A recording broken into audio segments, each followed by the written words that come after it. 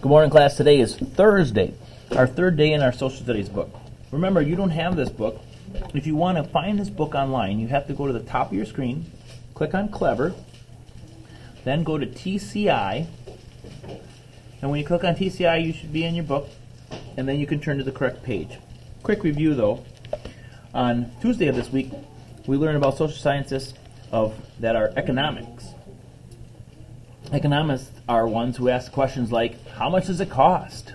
Where should I buy this product? How long will the product last? Do I have any coupons? Yesterday, we talked about the social scientists who were social scientists of geography. They're called geographers. These guys always ask, what kind of landforms are there? Is there mountains or valleys or peninsulas? What kind of people-made forms are there? Are there buildings? Are there huts? Are there houses? Are there stores? We also take a look at how many people live in a certain area, or what kind of animals or plants are in that area. Geography would worry about everything that you see outside. Outside. All right. So keep asking yourself those questions and keep reviewing the different kinds of things that you would see if you were one of those social scientists. Economics, price tags. Geographer, maps, weather records. Today, we're going to take our third one. As we're studying our social studies book this year, we also want to think about political science, the social science of political science. Let's start with our definition. Here it is in the yellow. Political science, the study of governments and how they work. The study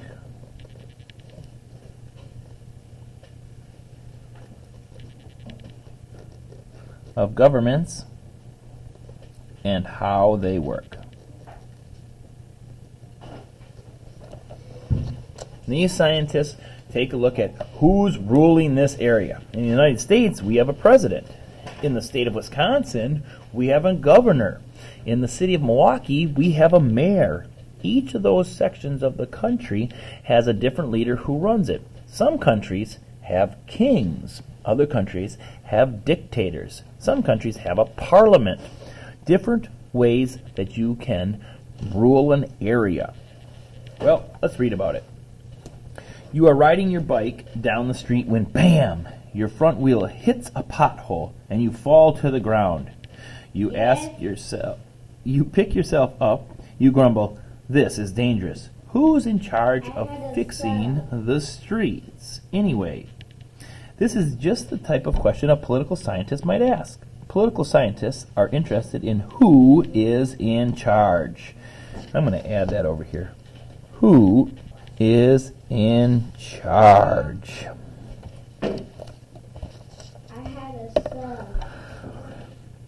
They want to know how people get the power to run a city, Milwaukee, a state, Wisconsin, or a nation, the United States of America.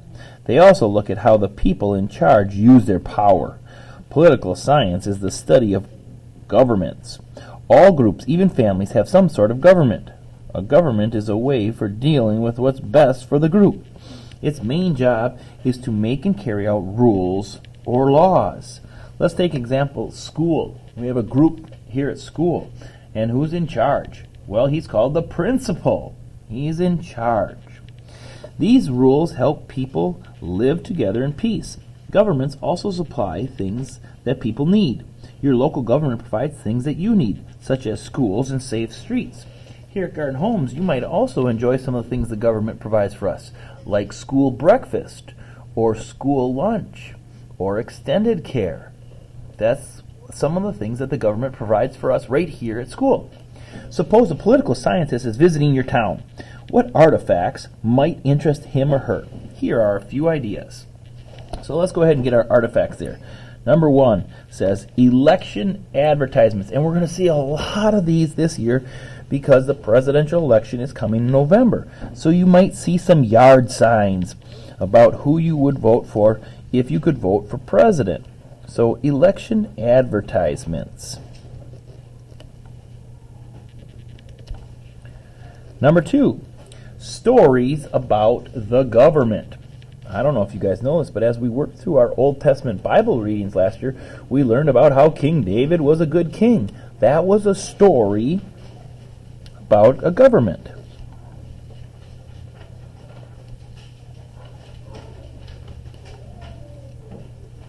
Number 3, information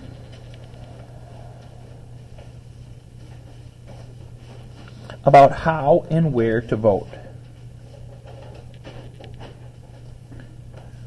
And you don't have to look very far to see this one in action. They're always talking about where our voting places will be, especially during COVID, whether you want to mail in your vote or do an absentee vote. If you watch on TV, you'll see lots of this. And so a political scientist would be interested in that. And then the last one, I like to put laws or articles about laws. Someone put laws and articles about laws. We saw this last year when the government said, hey, we want to keep everybody safe, so they made a law that said we're safer at home. That's how we ended last school year. We also saw that this year when they said, hey, we want everybody safe, so please wear your masks. So those were new laws put in. A political scientist would be very interested in those type of laws. All right, what questions might you ask? We might ask, number 1, who is in charge? If you're thinking about your houses, your answer would probably be your parents, right?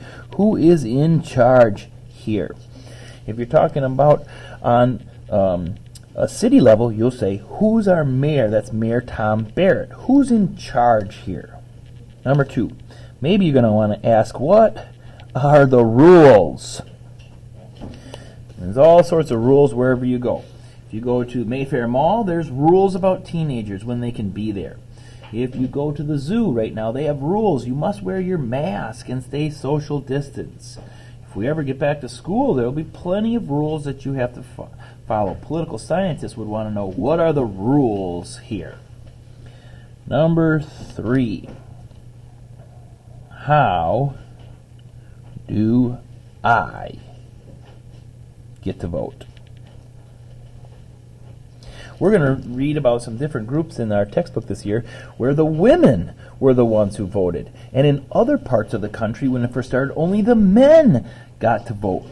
Well, now both men and women can vote. And so, well, how do I get to vote? And sad to find out, you can't vote. Not until you're 18 years old. So, oh, by the way, it used to be 21. I don't know if you know this, but they would let 18-year-olds go off to war, but they wouldn't let them vote. And so we added an amendment to our Constitution that says, hey, if you're old enough to go off to war, you're old enough to vote. If you can think of any others, you might want to add 1 or 2 down there about rules or laws or who's in charge. All right. To get full credit, you need to put your name at the top of the paper. Constantly review these for yourself. 1, economics. Where's the money? 2, geography. What landforms? 3, political science. Who's in charge around here? Okay? On the crown today, I'm going to put the word vote. I know it's supposed to be a picture, but I'm not very good at drawing candidates for who you're going to vote. So I'm going to put the word vote there. Okay? All right, guys. When you finish number 4 and 5 there, you're welcome to put that back into your Thursday folder. God bless your day.